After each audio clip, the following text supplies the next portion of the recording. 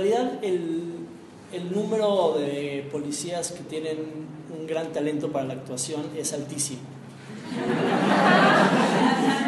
Es decir, la gran mayoría de las veces decían que sí, y la gran mayoría de las veces demostraron un increíble talento, que es un poquito también la inspiración original de la pieza, ¿no? O sea, de repente a mí, me acuerdo un día que iba con un amigo y lo pararon y se echaron una obra de teatro impresionante, ¿no? Y yo dije, ¿qué talento? ¿Por qué no estoy haciendo videos con ellos cuando los actores en Televisa son tan malos? Bueno, Coyotería es una obra del 2003, la cual tiene como punto de partida una coincidencia en dos lecturas que estaba haciendo al mismo tiempo. Por un lado, estaba leyendo un libro en el que Joseph Beuys explicaba y narraba su pieza, una pieza que se llama Yo amo América y América me ama a mí, en la cual él viaja de Alemania a Nueva York y vive una semana con un coyote en una galería de arte. Y al mismo tiempo estaba releyendo un libro que había leído en la secundaria, que es el de La visión de los vencidos. Hay unas partes en las que los pocos sobrevivientes aztecas escriben y se refieren a los españoles como coyotes. Es decir, utiliza el mismo animal como el mismo para simbolizar lo diametralmente opuesto, para simbolizar la avaricia europea. Entonces me pareció como muy irónico y muy chistosa esta coincidencia de que Joseph Beuys utiliza el coyote como símbolo de la espiritualidad americana y los aztecas utilizan el coyote como símbolo de la avaricia europea. Todos los que vivimos aquí sabemos que el término coyote todavía se utiliza, pero que ha evolucionado, ¿no? Hoy en día un coyote es un mediador, ¿no? Es como un gestor que contratas para que te consiga lo que tú necesitas.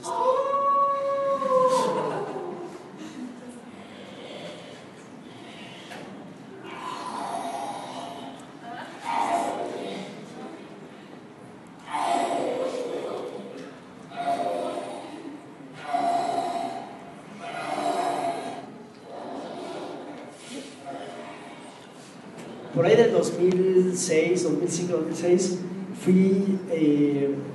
estaba en La Lagunilla con un amigo que es periodista, y este señor estaba haciendo una entrevista sobre los puestos que hay ahí que venden parafernalia nazi. Seguramente muchos de ustedes los han visto. Ese señor estaba haciendo una entrevista, a mí como que en particular no me interesaba mucho, pero de repente en la entrevista el señor ahí que estaba a cargo del puesto empezó a decirle que él tiene un uniforme original y que muchos de amigos de él también lo tienen, y que no hay nada que les gustaría más que poder usarlo en las calles, pero que no lo hacen porque tienen miedo de que los arresten. Y entonces ahí es cuando yo me empecé a interesar, y entonces empecé a imaginar y dije, bueno, ¿qué pasa si yo entonces me junto a este grupo de entusiastas del nazismo? Y como todos tienen sus uniformes originales, pues que se vistan con sus uniformes y hagamos como recreaciones históricas en el que ellos fantaseen ser soldados nazis en los años 30, pero en la Ciudad de México en el 2010. Por ejemplo, juramentos de lealtad, evacuaciones de bomba, como diferentes escenarios de ellos como soldados.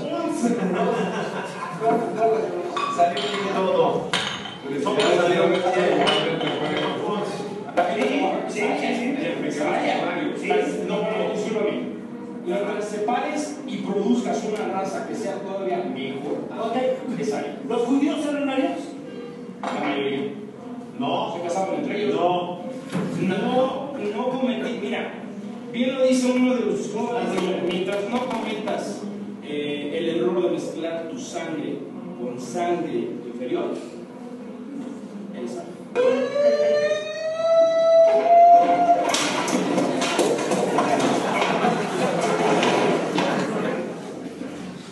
Esta es una pieza que se llama Pulpo, que originalmente presenté en el Museo bueno, que produjo el Museo Hammer en Los Ángeles. El museo originalmente me invitó a hacer una residencia, y entonces para esta residencia decidí hacer una obra que de alguna manera hablara sobre un aspecto de la ciudad. Y yo viví algunos años en Los Ángeles, entonces como es un contexto que más o menos conozco. Acababa de leer un libro que escribió un escritor que se llama Francisco Goldman, que se llama El arte del asesinato político. Él de alguna manera da un muy buen panorama de la guerra civil en Guatemala.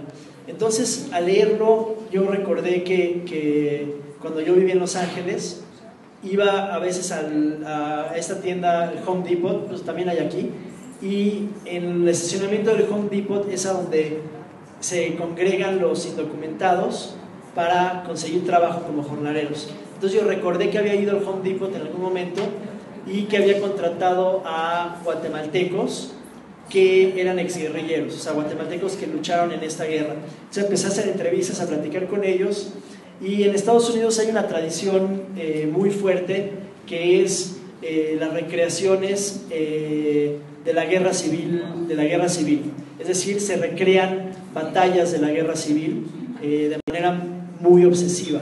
Entonces mi idea fue hacer una recreación, como tomando en cuenta esa tradición, hacer una recreación pero de la guerra civil guatemalteca en el Home Depot mismo.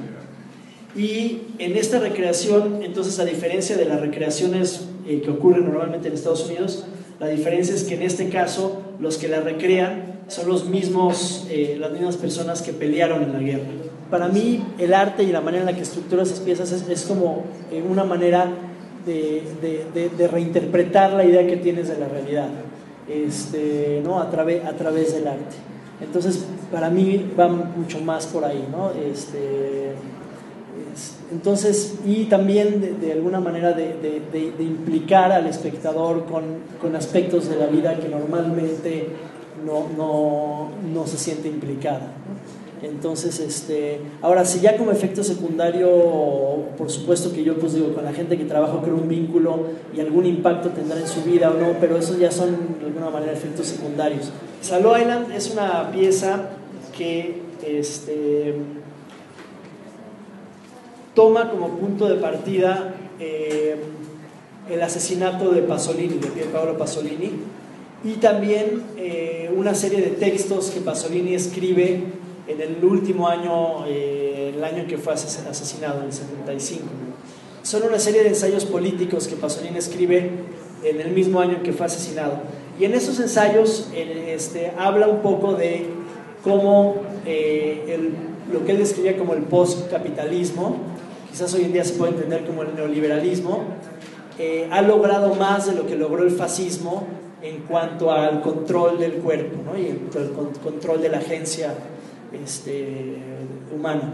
Para esta pieza me invitaron en la Universidad de California, que está en Irvine, y no sé si alguno de ustedes conoce, pero Irvine es como un lugar como completamente corporatizado, es como un lugar increíblemente estéril, como que esos textos que yo leí de Pasolini, y también por esa época vi un documental sobre su asesinato, etcétera, se me quedaron como muy grabados en la mente, ¿no? Entonces de alguna manera como que al llegar a Irvine yo dije, bueno, es que este es el lugar del que Pasolini habla, ¿no? Como lugar deshumanizado en el cual hay como un nivel de control en el cual ya ni siquiera ni cuenta nos damos, ¿no? Entonces como que en torno a esas ideas es que yo decidí hacer esta pieza, que es una pieza que está dividida en dos partes, ¿no? Una es una recreación del asesinato mismo y otra es esta pieza que hice en este lugar, Fashion Island.